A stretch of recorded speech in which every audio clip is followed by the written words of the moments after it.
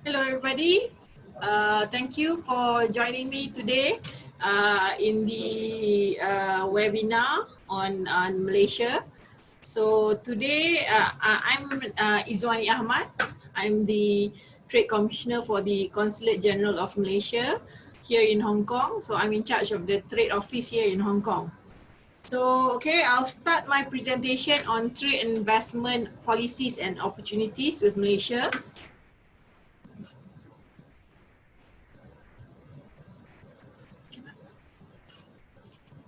It doesn't want to move.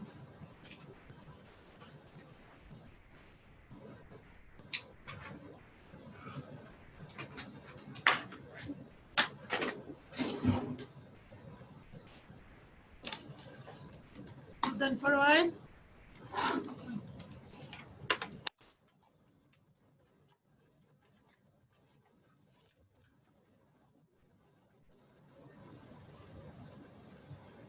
Okay, sorry about that. Okay, so first of all, this is the economic indicators of Malaysia in the first quarter of 2020. All right, as you can see, Malaysia has a 32.7 million population, so which is divided fairly equal for male and female. And then our labor force is about 15.6 million. Okay, employed persons about 15.2.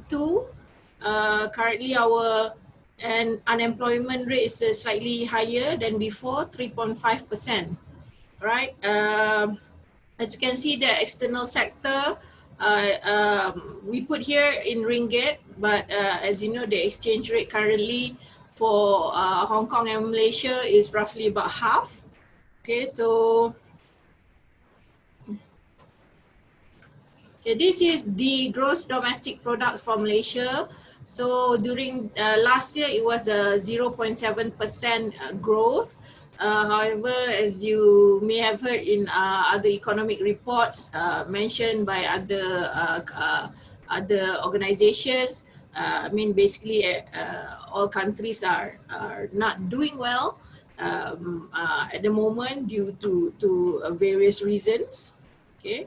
So as you can see, the Malaysian gross domestic product are supported by services, manufacturing, mining, and quarrying sectors.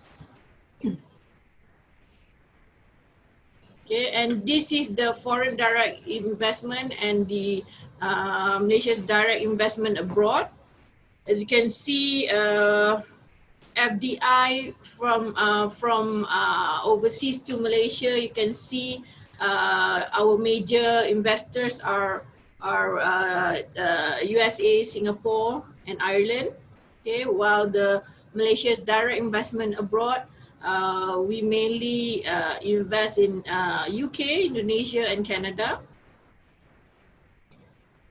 Okay, with regards to the trade investment policies, so in order to ensure that the industries in Malaysia can overcome the challenges posed by the fourth industrial revolution, the Ministry of International Trade and Industry of Malaysia has undertaken various initiatives to encourage the adoption of Industry 4.0 via the National Policy on Industry 4.0. So as you can see in the slide, we have some certain vision, and of course to realize that vision we have certain goals, and we have implemented some initiatives to for us to achieve those goals in the industry forward policy. So basically, Malaysia envisions to be the strategic partner for smart manufacturing and related services in Southeast Asia. So the primary, and also we want to be the primary destination for high-tech industry. So these are the targeted technology drivers under the industry forward growth areas.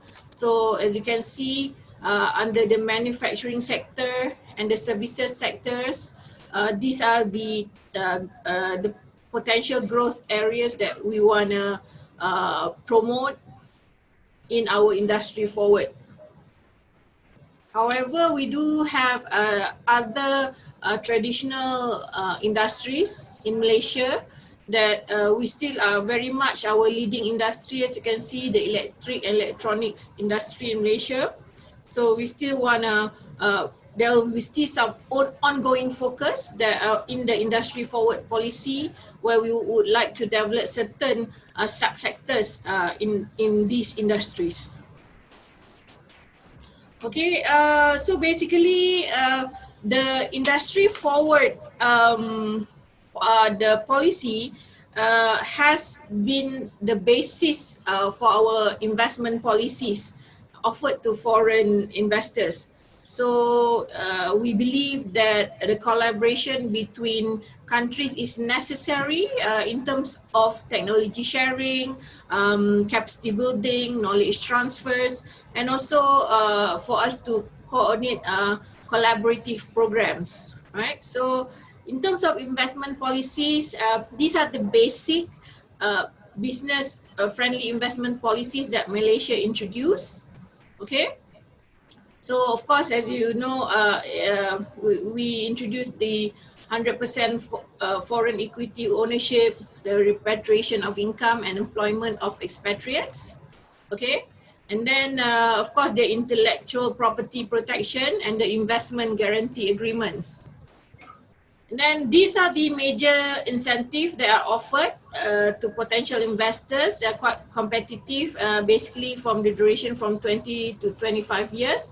So of course, you can be given the pioneer status, the investment tax allowances, the investment allowances, and of course, depending on the value of the investment, the Malaysian government through MIDA can customize certain investment incentives. Okay, back in 5th June 2020, Malaysia has announced a short-term economic recovery plan. So in the announcement, there were certain incentives that were announced. So as you can see here, these are very much the latest ones. So basically, we are offering a fast-track approval of investment project, and also incentive to encourage foreign manufacturing companies to relocate to Malaysia, and the project acceleration, of course the additional reinvestment allowances, and the enhancements of the domestic investment strategic fund, and also in order to spur establishment of new businesses in Malaysia, especially SMEs, we're introducing some other rebates to the companies. Okay, these are the investment opportunities in Malaysia that any potential investor can consider. So in the manufacturing sector, Malaysia is more keen to receive investment, high-tech investment. So as you can see, based on the list here, we are very much looking into high-tech, capital-intensive, and knowledge-driven industries. So those are the various industries that you can consider to invest in Malaysia. However, the traditional resource-based industry and other manufacturing industry, these are the oil and gas, food and agro, and others are still welcome.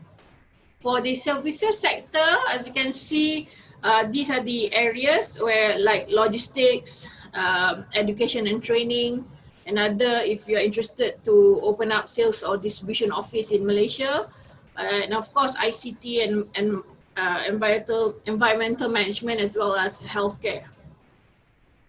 Okay, these are the various economic corridors in Malaysia. As you can see, Malaysia is divided into two. One is East Malaysia and one is the Peninsular Malaysia. So these organizations are the various investment promotion agencies, managing the various states in Malaysia.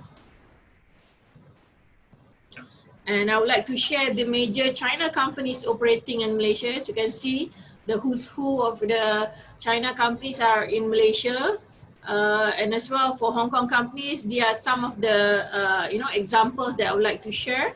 Like Lee Kam Kee has been in Malaysia for 20 years, the glass manufacturing company, Far East in property, apparel, in garment and textile, and of course Chow Tai Fook. So I'd like to move on to trade with Malaysia. So as you may know that Malaysia trade with more than 200 markets around the world. So our current ranking is, as you can see in the slides, so we are the 26 export nation, 27 import nation, and the 26 of total trade in goods. While in services, we are the 26th country. Okay, this is, I would like to share the Malaysia-Hong Kong bilateral trade. So far, as you can see, we have had a healthy bilateral trade between Malaysia and Hong Kong. Unfortunately, due to certain issues, economic issues around the world, and currently with the COVID, the trade with Hong Kong and Malaysia is not as per the previous years. However, Hong Kong is still Malaysia's seventh largest trading partner, and Hong Kong is Malaysia's seventh largest export destination and our 15th largest source of import. Okay, so if you would like to consider importing from Malaysia, so these are Malaysia's top products and services. So we are, these are the sectors that we are strong in. So of course, as you all know, currently we are receiving a lot of inquiries for gloves because we are the #1 manufacturers of medical gloves in the world. And of course, we produce a lot of furnitures, oleochemicals, metals, oil and gas, of course, food and beverages, especially food ingredients. Of course, electrics and electronics. We produce a lot of chips, a lot of electrical equipments, and other areas as well. So if you are looking for Malaysian companies, Malaysian suppliers, when you have the slides, you can look at these links where you can find Malaysian products and services directory. Okay, this is the import opportunity in Malaysia. So meaning if you would like to export to Malaysia, these are the sectors that Malaysia is looking at. So as you can see in the manufacturing sectors, since we have a big oil and gas industry, we look for equipments inside the electric and electronics industry. There's a few machineries that we buy from other countries as well. And of course, due to the rising income in Malaysia, the lifestyle products also are getting really popular, especially imported products. In the agriculture sector, as you can see, Malaysia is a dominantly Muslim population, so any meat that is imported to Malaysia must be halal. And of course, other temperate fruits and vegetables, cooking oils, olive oil, cereals and wheat, as well as lumber for our furniture sector. And then in the services sector, I would say these are the areas that you can consider to export the services to Malaysia. So because of some of these industry are quite strong, in Malaysia, we are looking for collaboration and companies to partner with. And especially with the development of the 5G in Malaysia, so the government is looking at Internet of Things, so where we're trying to enhance the company's capabilities by using certain IoTs, cloud data analytics to enhance the how they do business. And also in other areas such as palm oil plantation or rubber plantation, there'll be mapping that can be used to map the plantation areas, and also other AI products and services that can be used by various industries in Malaysia. Okay, now I'm going to Malaysia's market characteristic. So basically, Malaysia is a upper middle income country. So we have a growing GDP per capita. So 60% of our population are middle income, and we have one of the highest purchasing power in Asia. So Malaysia is also a young and we have a young and growing demographic. So the working age population has the higher tendency to spend. So as you know, Malaysia has a 60% Muslim population, and we have more than 5 million Muslim tourist arrival annually. So the demand for halal products, meaning the Muslim consuming halal products such as F&B, cosmetics and modest wear are very in demand in Malaysia. And of course, the emerging Gen X and Gen Y consumers who are the pillars of Malaysia's household spending. And of course, we are a multicultural country. So we have Malay, Chinese, Indians, and others, and also an increasing expat community. And of course, we have the rise of e-commerce. And in Malaysia, we have 90% of our population are internet users, and about 98.2% of the household in Malaysia have access to public phones. So in 2020, it was reported that the retail e-commerce size in Malaysia is about US dollars 3.4 billion. So for you to consider Malaysian market, please consider this market characteristic in order for you to know how you want to market your product, whether your product is suitable for Malaysia or not. And in doing business, you have to adhere to certain cultural sensitivities because of all these characteristics. Okay, how to enter into Malaysia? So I would say like I can divide it into three. One is the traditional style where you find a distributor or agent, whereby these distributors or agent either supply to the government, to the retail, or to the companies. Okay, then we have for lifestyle product, I would suggest e-commerce. These are the main e-commerce sites in Malaysia. So usually are mainly lifestyle products like garments, like home decoration, clothes and everything. So these are the Lazada, Shopee, Lelong, Fashion Valley, Zalora, and 11th Street are the most popular ones. And of course, the trade shows in Malaysia, these are the main trade shows in Malaysia where you can participate if you have products to sell to Malaysia related to these trade shows. Please do come and visit when the time permits in the future. A lot of this has been postponed to next year, and of course furniture and other industries as well. Okay, why choose Malaysia? So as you know, we have a strategic location right in the middle of ASEAN. So as you can, I would say like the government is pro-business. We have liberal investment policies. Price-wise, in that sense, we might not be as cheap as certain other countries. However, you can look at our well-developed infrastructure, the connectivity that we have throughout the country, the other facilities that we have, as well as the educated labor force and other factors that could influence you in doing business in Malaysia. Okay, I would like to share the global competitiveness ranking of Malaysia. So we are currently the first world's best country to invest by the CEO World Magazine. And under the World Bank Doing Business 2020 report, we were the second ease of doing business within ASEAN country. And those are the various other reports that has ranked Malaysia highly in their list.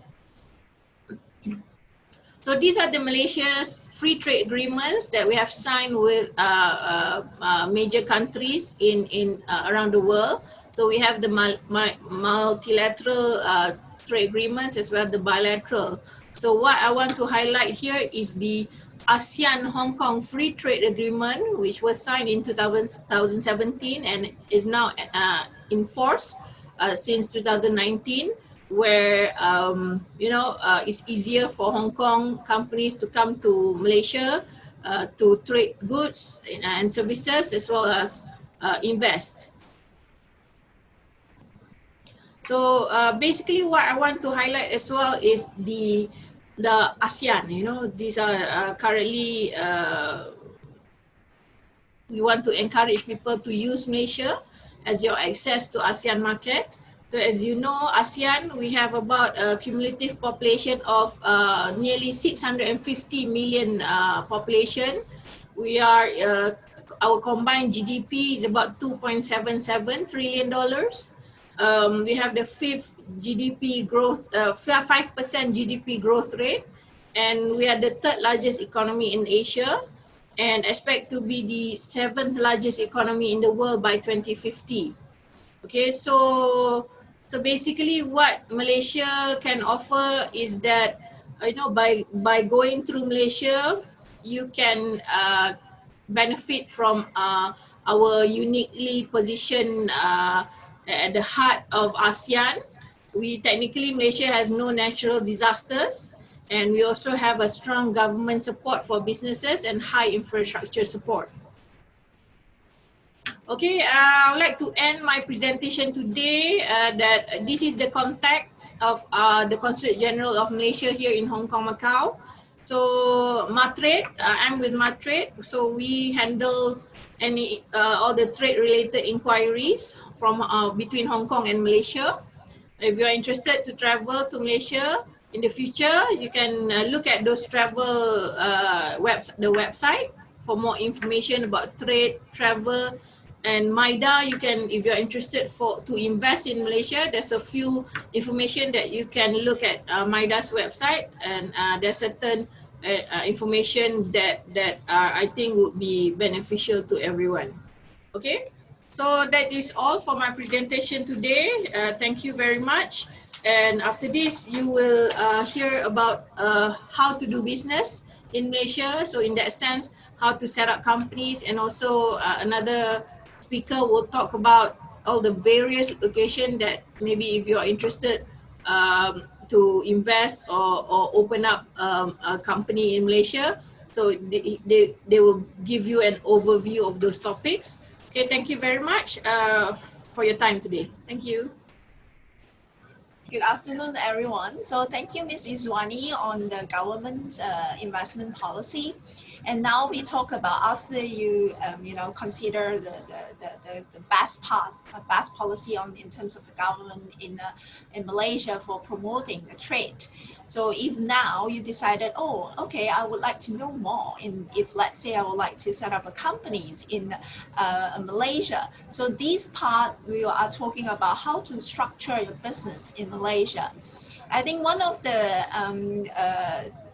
benefit in this part is that we actually do a comparison between Hong Kong, when you set up a company in Hong Kong, and also in Malaysia. So you have a brief idea how different is if you set up a company in Malaysia and in Hong Kong. So let's go through the agenda, just a very fast to go through what we're going to cover on this seminar. First, we are talking about setting up a company, and also we have some case studies, because this case study is based on our experience, like people coming to us and ask us, what would be the questions, and there are lots of doubts and questions, queries that they have when they want to step into a new country. And then we talk about opening a bank account. Of course, opening a bank account is a must. You can't have a company in a country without a bank account. And we also talk about income tax, which I think income tax is also what we call profit tax as well. So it's a very, very important issues before you go into a new country, because this will be directly affecting your revenue and P&L.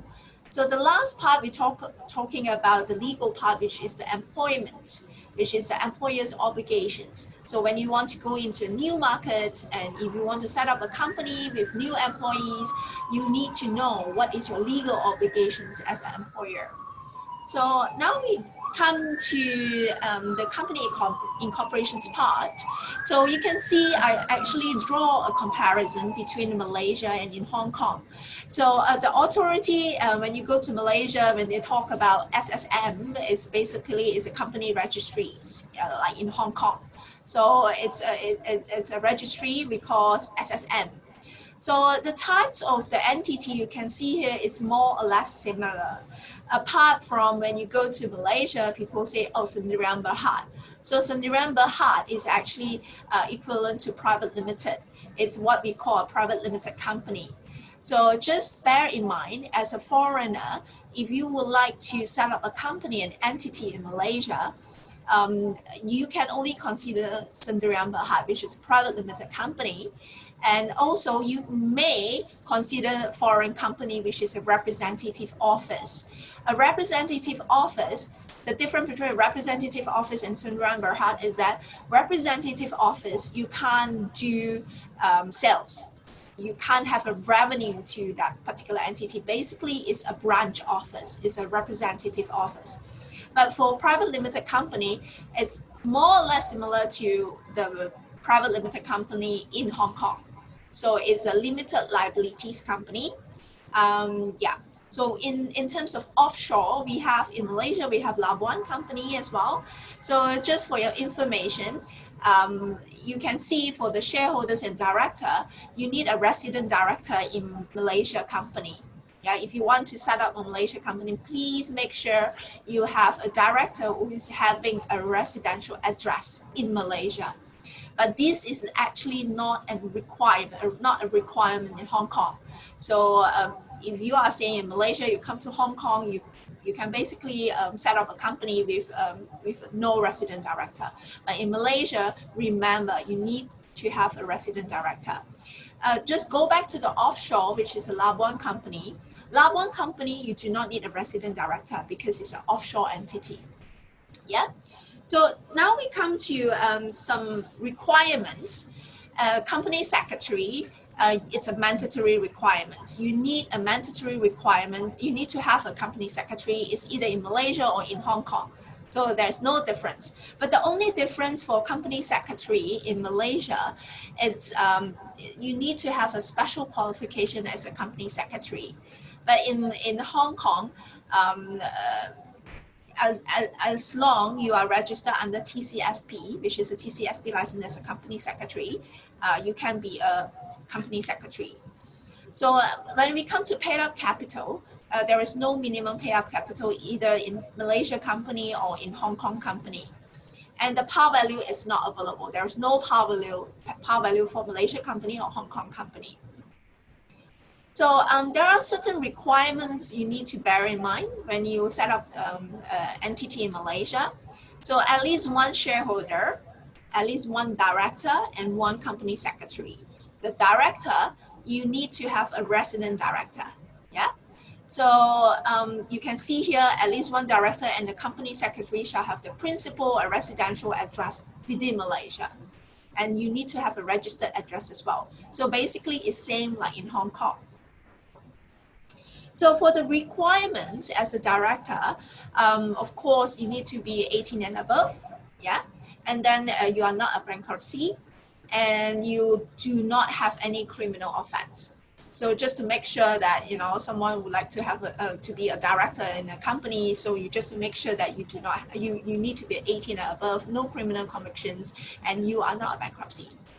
So the company incorporation, you can briefly see, it's actually very similar to Hong Kong.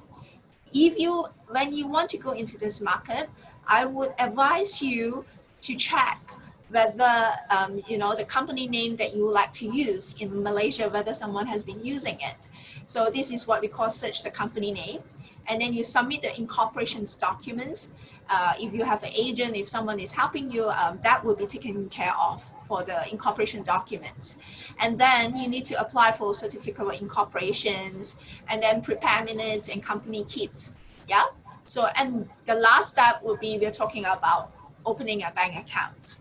So for applying for certificate of incorporations, the whole process for incorporating a company, I think the timeline is more or less 5 to 7 days. It's actually quite efficient and quite fast. But it depends on how, when you provide the information, how fast, and whether the information that you provide to the agent is comprehensive or not. So I have a lot of questions from my contact and someone who is ready to explore to incorporate an entity in Malaysia. So one of the questions they always ask me is that, hey Janice, I'm actually a Hong Kong citizen, yeah, and I'm a passport holder.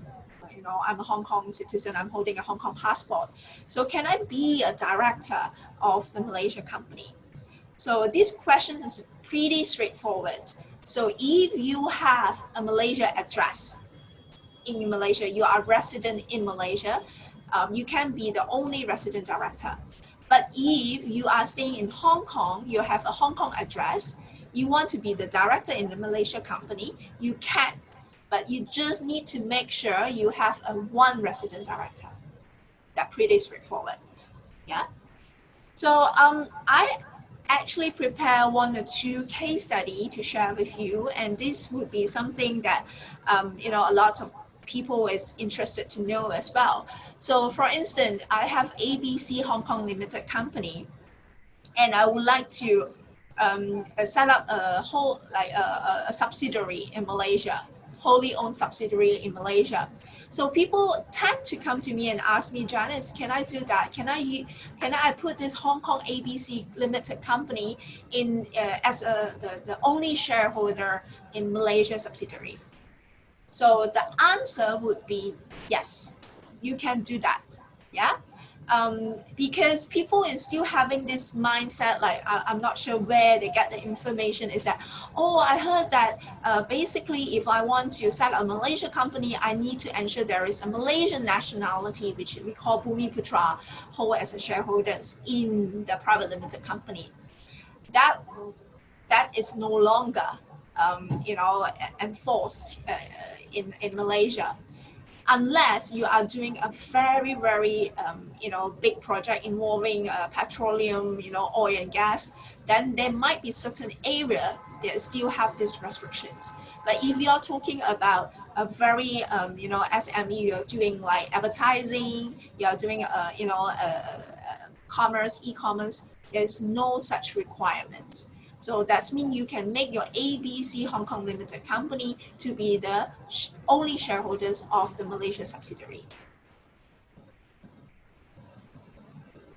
So the second case scenario would be the factory. So I believe just now when Ms. Izwani was sharing is about what would be the policy and what would be the incentive for Malaysia government sharing, you know, providing to the investor who would like to come to Malaysia and set up a factory. So I believe there are lots of people also interested if, let's say, they would like to set up a factory in Malaysia. What would be the requirements? Who they need to contact if, let's say, they would like to set up a factory. So first of all, I believe if you want to set up a factory in any of the country, you might need to look into what would be the first step that you need to go, apart from the government policy and incentive they can provide. You might need to consider also set up a Sendirian Berhad, which is what we call a private limited company. From there, you need to apply for a manufacturing license. Yeah. So because Malaysia, we have different states. They might have different rules and regulations as well. But the relevant authority which are in the factory license, manufacturing license, will be MIDA, what we call Malaysian Industry Development Authority.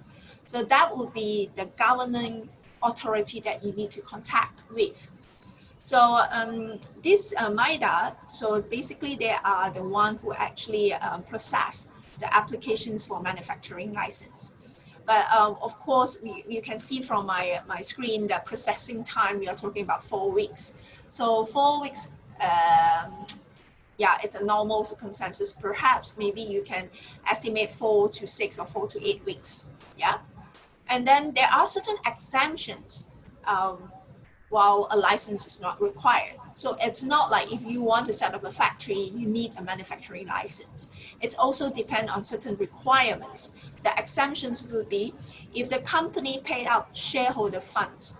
When we're talking about holder fund, which is the so-called paid-up capital, or the funds that you have in this company for setting up a factory, does not exceed.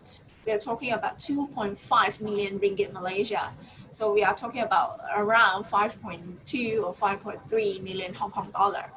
And then if the plan for the factory, you do not have a labor force of less than 75 people, then you do not need a manufacturing license. But I still believe if you would like to set up a factory in Malaysia, still contact MIDA, okay? Because sometimes policy change. So just to make sure that the exemption is still applicable in your situations, even though you fall within one of these two exemptions.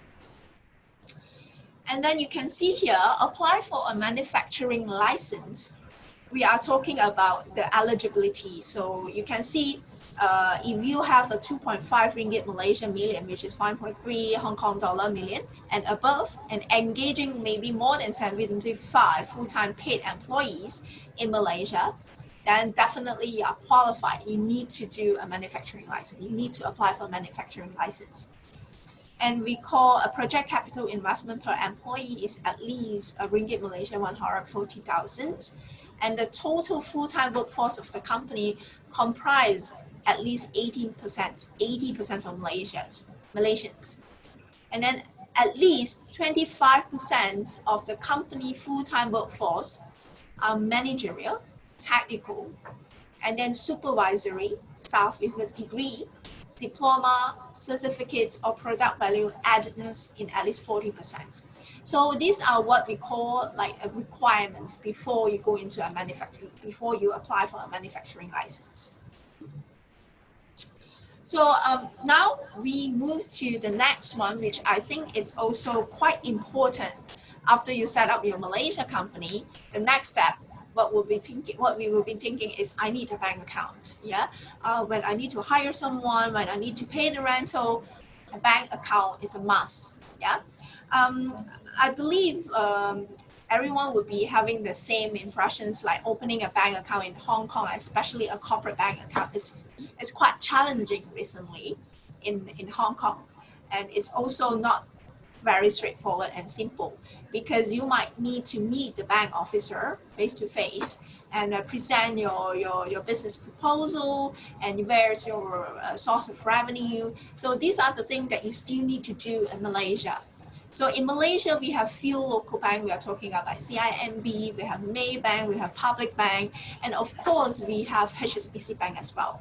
So these are the few banks that you can actually contact. So for instance, HSBC in Hong Kong, if you have a corporate bank account in HSBC in Hong Kong, you can actually open up the global link in Malaysia. And of course, you need to make appointment with the bank officer, yeah, to do the bank account opening. So before we go into the income tax, just another sharing with you is that when you open a bank account in Malaysia, what you need to do is make sure you have appointments with the bank officer, and make sure you need to bring all the relevant documents, which is the assets of the company setup kits that we have. Yeah, and then apart from Malaysian dollar in the bank account, we can also have a US dollar account in Malaysia, corporate bank account. Yeah. So now we come to a last part, what we call corporate income tax. So corporate income tax is what we call in Hong Kong as a profit tax. Yeah.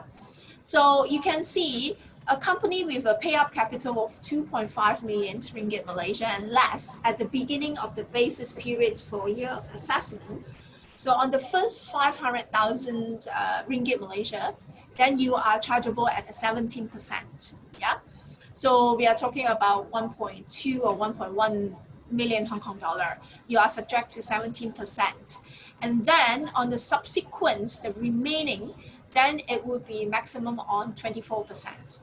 So you can see if you have a profit tax in Malaysia, you are actually capped at 24%, the highest. Yeah. So this is the corporate income tax. And for the personal income tax, what we call a salary tax, you can see from here. So how are you considered as a tax resident? So normally if you are subject to a personal income tax, which is a salary tax, I believe you need to have a working visa in Malaysia. Yeah? So, and then if you can see the you are the tax resident if you are staying in Malaysia for at least 180 days in a calendar year. Yeah. And then in Malaysia for a period less than 180 days during the year, but that period is linked to a period of physical presence of 182 or more consecutive days in the following or preceding years. So this is one of the requirements as well if you consider yourself as a tax resident. And then the third one is in Malaysia for 90 days or more during the year. And in any three of the four immediately preceding year, you were in Malaysia for at least 90 days or was a resident in Malaysia. Yeah. And then the last one would be resident for the year immediately following that year and for each of the three immediately preceding years. So what I would suggest is that, you know, if you are hesitating or you're debating whether you are subject to Malaysian tax, income tax, perhaps I think you might need to think about how long you stay in Malaysia. That would be something very, you know, important when you have to think whether you are subject to the tax in Malaysia. If you are having a working visa in Malaysia is actually sponsored by your company, then that means you will be stationed in Malaysia for quite a numbers of days. Then I believe you are highly likely subject to the Malaysian tax. So you can also see now on the last part, we are talking about employers' obligations. So when we talk about employer obligations, the first thing we come into our mind is what would be the minimum wage. Yeah, Malaysia just passed minimum wage act. Yeah, so the minimum wage for Malaysia is we are talking about ringgit Malaysia 1,200. So it's actually equivalent to 2,005 to 2,600 Hong Kong dollar. Yeah, and then per hour we are talking about 5 ringgit 0.77. So it's about 12 Hong Kong dollar per hour. Yeah, so this is what we call a minimum wage in Malaysia. And then when we talk about statutory leave, then you can have a look on the statutory leave here. So if an employee employed for less than 2 years, the statutory annual leave we are talking about is 8 days.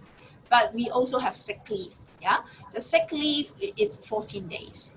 When you are employed in a company 2 to 5 years, then relatively the annual leave that you entitle is actually more, which is 12 days, and the sick leave is 18 days. However, if you are in a company for more than 5 years, then you are entitled to at least 16 days annual leave and 22 days sick leave. So you add up is actually quite a bit. So in Malaysia, we have employees provident fund, we call EPF. But in Hong Kong, we call it mandatory provident funds. Yeah. So there are two parts for contributions in EPF. It's quite similar to in Hong Kong. So for the employee part, it will be their monthly salary of 7%. Yeah. And then for employer, we are talking about 12 or 13%. How are we going to see like we are either 12 or 13% is actually subject to the monthly salary. So if your monthly salary is actually 5,000 and below, then you are the employer will be subject to a 12% EPF. And then if you are more than 5,000, then it would be 13% for the EPF. So we also have what we call social security. So for the social security, you can see for the employees, it's actually deducted from the employee's monthly salary, and also the employer need to contribute as well. So for the employees part, we are talking about 1.75% plus 0.5%. That would be the employee's monthly salary part. And for the employer, it would be a 1.25% of employee monthly salary. Yeah. So apart from the social security and EPF that we're saying here, of course, as a company, you can also provide what we call more benefit, which is insurance, yeah, medical insurance to the employees. So that would be something the company can consider providing to the employee as well. So that's all for my part for today. So if you have any questions, it will be, yeah. Any questions you can. Yeah. So now we go to, I will pass this to Mr. Nick Siu, and then he will share with you about, the factory and the warehouse that is available in Malaysia.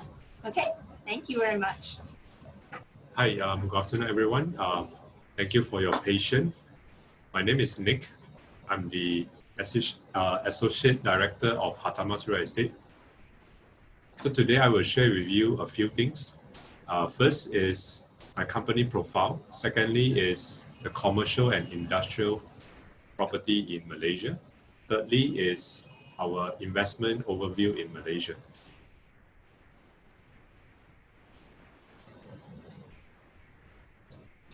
So the next 15 minutes to 20 minutes, I will share with you a few topics.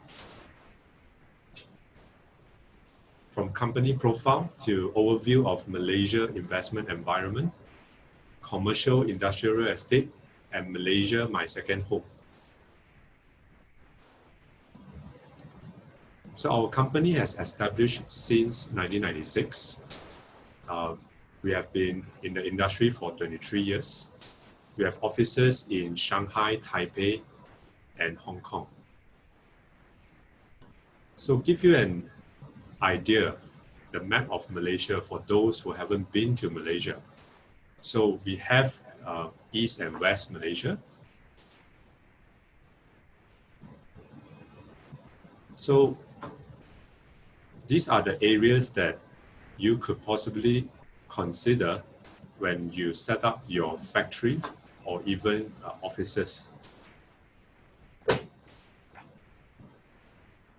So this is an overview of Kuala Lumpur. We are looking at the GDP growth rate per year is 6.7%, and we have a population of 1.78 million. And most of the industry we have in Kuala Lumpur, which is regional headquarters, the back customer service, we have regional supply chain hub, we have also oil and gas. So these are the list of MNC that already entered Malaysia.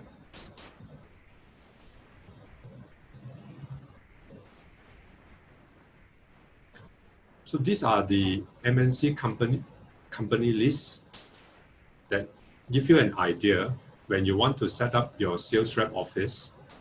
You can, based on this location, to set up your offices in KL so that you can work closely with the same cluster type of company that you are in.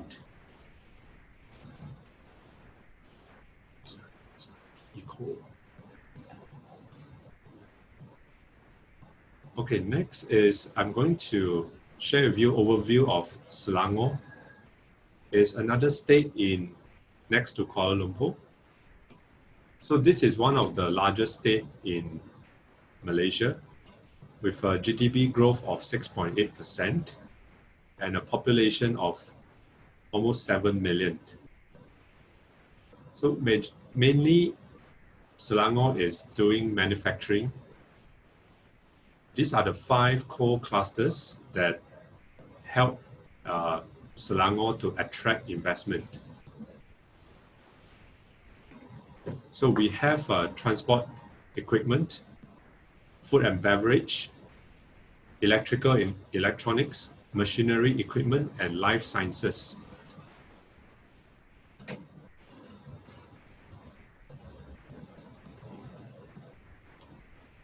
So next is the overview of Penang.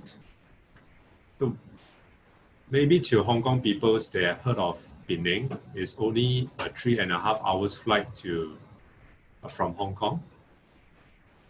So Penang is similar to Hong Kong. If you look at the map, we have an island and mainland. So on your left, it's like Hong Kong. On your right is like Kowloon side. So I always share with people that Penang is like a mini Hong Kong.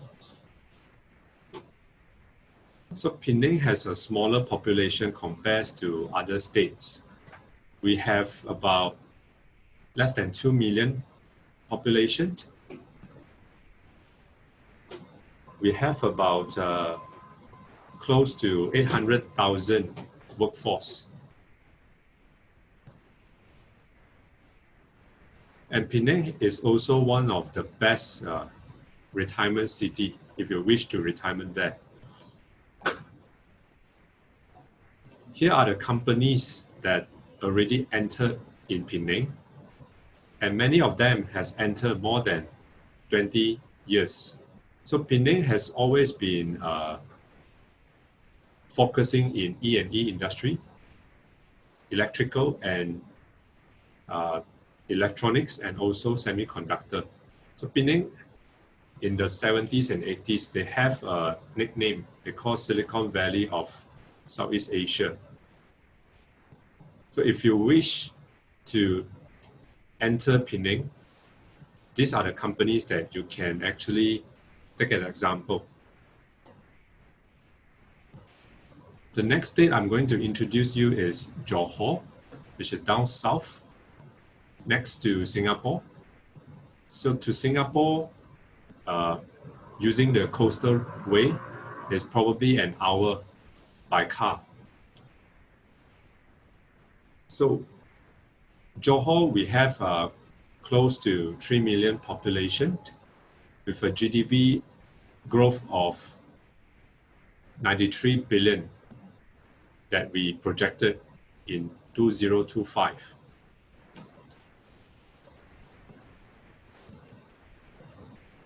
So these are the investment opportunities in Johor.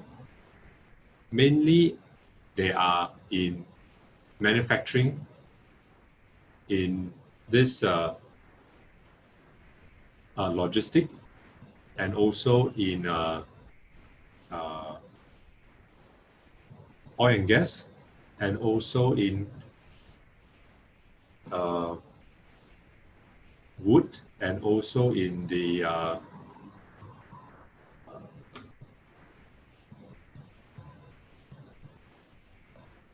furniture industry. So give you an idea,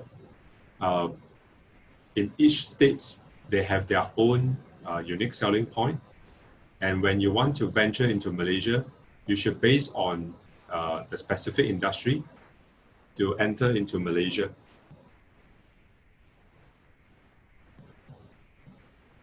So next one is in Pahang. So this is our latest industrial park in Malaysia called Kuantan Industrial Park. So this is the investment between the Chinese and Malaysia government. So 2 years ago, Malaysia government has signed a memorandum with the Chinese government to develop this Kuantan port. So these are the industry orientation that you can possibly venture into. So we have from clean technology and renewable energy, petrochemical industry, E&E energy, and machinery equipment manufacturing.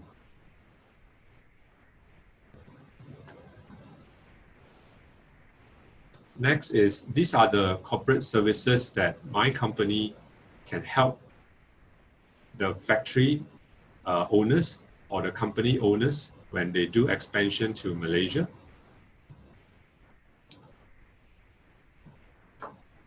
So here are the industrial services and areas of expertise that our company can assist you when you wanted to venture into Malaysia. So we help company to set up factory from light to heavy industry, e-commerce, food facilities, supply chain, and oil and gas. So here is the industrial case study that we helped our client from China. So they are a component company that supply small components to the automobile industry. So when we receive their request, these are the criteria that they will give to us. And the next step, we will help them to research, to do a ground research and come up with a suggestion for them to set up their businesses in Malaysia. So this is how we propose to our clients from the specification and also based on their investment budget.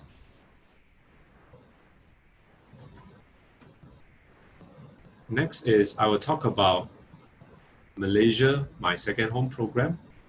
So we are a licensed provider by the Malaysia Tourism of Malaysia. So these are the benefits of Malaysia, My Second Home. So I wanted to highlight a few things. This is not a PR program. It will not allow you to obtain a passport at the end of this 10 years program.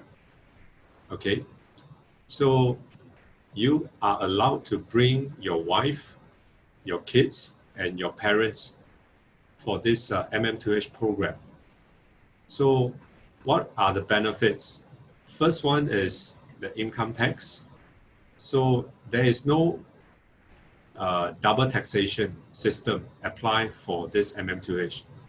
Example, if your income derived from Hong Kong, it's not taxable in Malaysia. Whereas your income in Malaysia is not taxable in Hong Kong. And also, you are allowed to register a company and you are not required to find a local partner. You can own the company 100%. And you are also allowed to bring a domestic helper with you. So after 10 years, you are allowed to renew your MM2H program, provided you do not have any criminal records and also you have sufficient fund in your bank.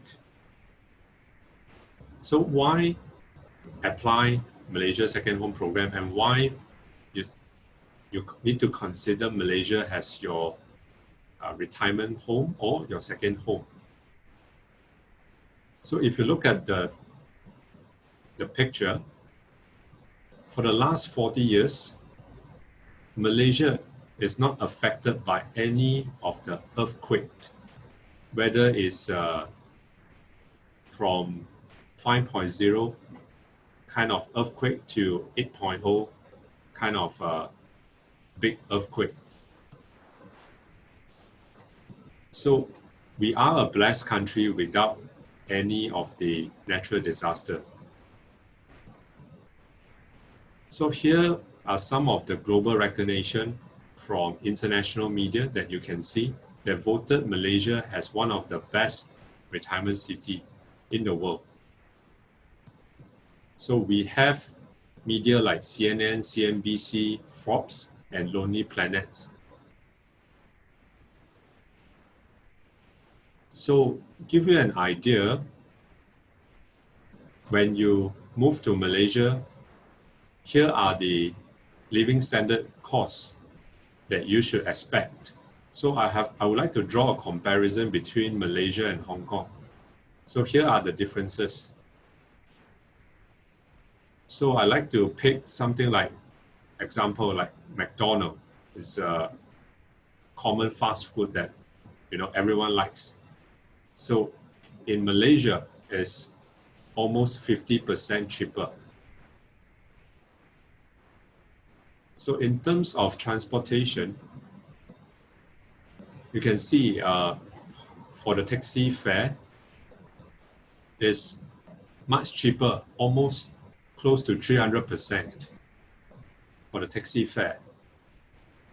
And also another note to highlight to you is our country has a cheaper petroleum as compared to Hong Kong. So a liter will probably equivalent to 4 Hong Kong dollars. As compared to Hong Kong, you are paying 4 times the price. So we move to lodging. So Hong Kong is the world's most expensive city to live in. And in KL, you can have an idea living in the city center and also outside center. So on average, it's 5 to 6 times much expensive to live in Hong Kong as compared to Malaysia. So here are the top 10 MM2H participating countries from 2012 to 2018. So Hong Kong is ranked number 9. And I'd like to highlight from 2016 to 2017, there is almost 300% growth. And you see the last 3 years, 2017, 2018, is 3 digits. And we expected in 2019, there are close to 2,000 applicants that have applied this MM2H application to Malaysia. So in the last 8 years, from 2012 to 2020 this year, we are expecting almost about 30,000 applications.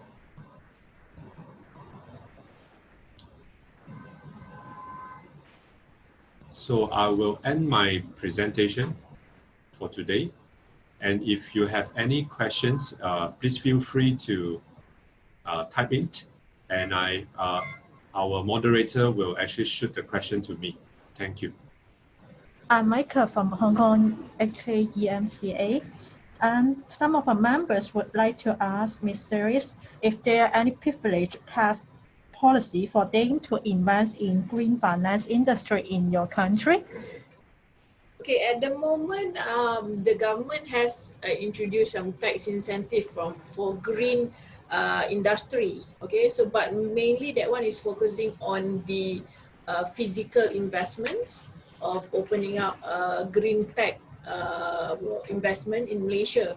However, on the green financing side, that will fall under the Ministry of Finance, whereby specifically the government have not made it known. However, I think specifically I would not be able to mention it here, but if any of you who are interested will try to get some information and we can email you the details. Yeah. Okay, thank you so much. Any other questions? Yes.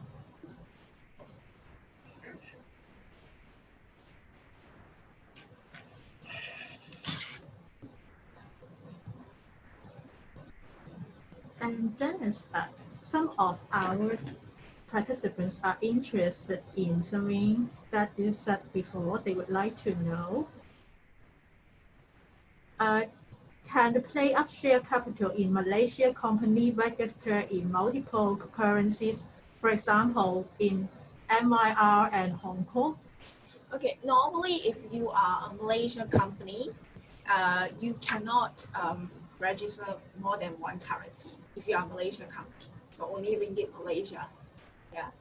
But of course, you say you want to pay for the share, then you can pay in multiple currency. But if you want to register the share, If you are a Malaysia company, that would be only Malaysia currency. Okay. And some of our participants would like to know if spouses is Malaysia passport holder, can husband be eligible to apply PR permanent resident? Okay, I would like to highlight that Malaysia Second Home is not a PR program. Whether the husband or the wife, when they apply, is actually included the whole family. So let's say I'm the husband, I'm the applicant. I don't need my wife to apply. They only need one applicant. So I can bring my wife and my kids and also my parents. And after 10 years, you can renew. But like I like to highlight that this is not a PR program, and you will not able to obtain our Malaysia passport at the end of this program. So yeah, thank you. Yeah, I would like to add that in general, if you are if you have a Malaysian wife and you are a non-Malaysia, so the only way is for you to apply for the spouse social visit pass only is allowed, because Malaysia we do not give out PR passports, PR visas or passports to non-citizens who want to become Malaysian citizens. So we don't do that. So the only way, if you have a Malaysian wife, then you have to apply. When you go to Malaysia, you move to Malaysia, you reside in Malaysia, then you can apply for the spouse social visit pass. Usually it depends on the immigration, on the duration that the duration of the visa. Some will get 6 months, some will get up to 2 years. So, and you have to renew it at the end of the expiry date. So there's no long-term passes that that the immigration of Malaysia issue. So yeah, that's a bit hard for non-Malaysian spouses. Okay, thank you so much. And one of the participants would like to know if they want to build up a recycle factory, what license they need to apply? Recycle factory, as far as I understand, of course, subject to whether whether they have a new policy, manufacturing license will be required, but it's also subject to the requirements that I mentioned, whether the payout capital is more than ringgit Malaysia 2.5 million, and whether what would be the employee, what would be the numbers of the employees, would it be less than 75 or more than 75? If it's more than 75, then a license might be required. I think in that sense also, just to add that in terms of recycling companies, so they have to adhere to certain green environmental guidelines that the Malaysian government imposed in Malaysia. So if upon application of those manufacturing setup or plant setup, so they have to adhere to those certain environmental guidelines. Okay. And some of them would like to know how to convert a farmland to an industrial land because they have a farmland in Malaysia. Okay, so it depends on which state and which zone. First thing, we need to identify that. And secondly, every local council has their own policy and rules and regulation. So in the normal circumstances, normal scenario, you need to apply through the state council and to pay a premium so that you can actually change the title, the use of the land. Yeah. But from farm to industrial, sometimes you can't just, it's not a straightforward thing that you can just, select from the menu and you just switch. No, it's not that straightforward. Yeah, it's a long process. But it's not 100% success. So you need the authority to approve. Yes. So just to add also in that sense, if an investor would like a certain area for them to develop as a manufacturing plant or any other thing, because the land in itself, it depends. Some are federal owned land, and while some are state owned land, while some are privately owned land. So it depends on the each titles, right? So if it's government owned land, there's certain procedures that they have to apply. quite a long guideline, whereby when it's just a private owned land, so it's quite straightforward in that sense, just a transfer of title. So it depends. So it depends on where they want to set up the company or the factory, right? Especially when it involves a land.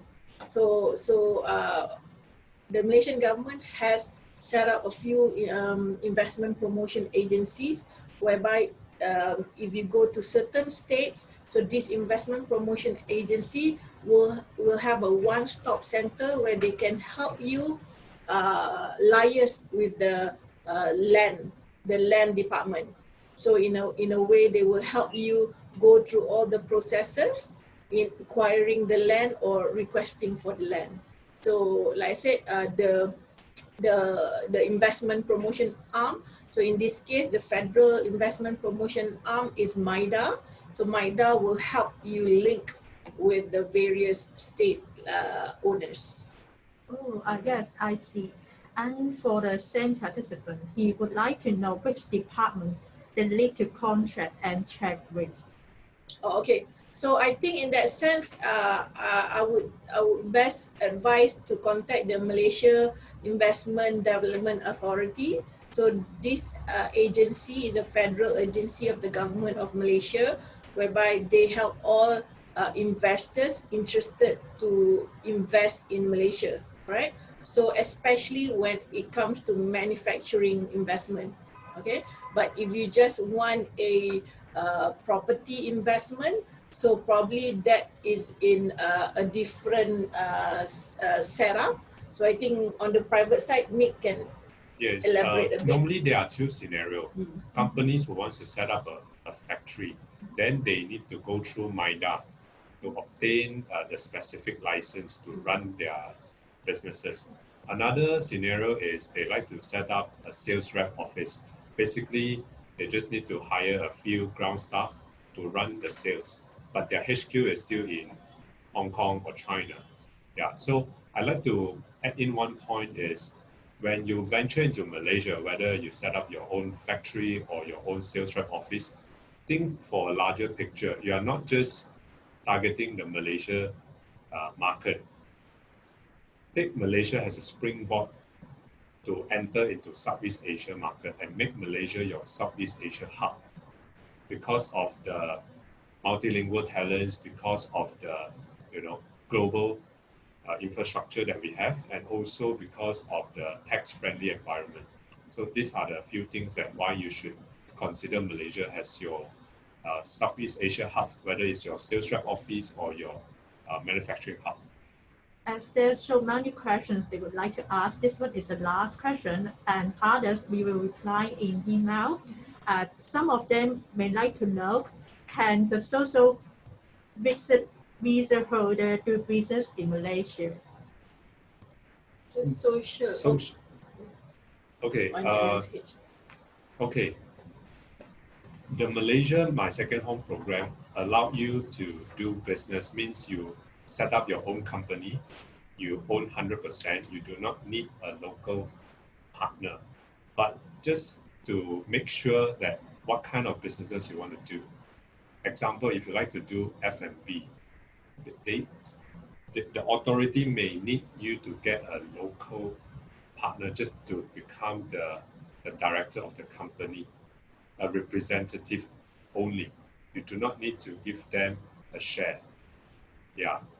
So secondly, I want to highlight is you can't get an employment with Malaysia Second Home program. So you can only receive a director fee. You can't receive a salary or employed by a company. Yeah. Oh, So meaning if let's say just with a normal visitation pass or just a Hong Kong person who wants to move to Malaysia, so the most important is to get basically a company to basically apply for you the working permit. So that is the I would say the general way of having a working in Malaysia. But then you can apply for the expat visa So that is basically the minimum requirement is for you to get that working permit. All right. So meaning if a Hong Kong person wants to work in Hong Kong in Malaysia, so they will undergo a certain, probably a few interview in Malaysia, then the employer would basically hire that person, and then you can apply for that working permit. Yeah, the last point before we wrap up is for those who apply MM2H and consider setting up a business in Malaysia, I would strongly recommend them not to start from scratch. Consider a franchise business because there is a track record of this franchise business.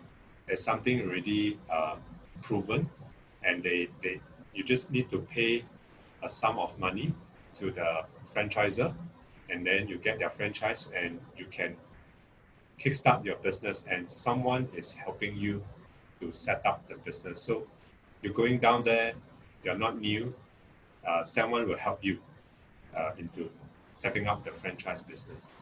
Yeah. Okay, thank you so much for all of you to share with us today.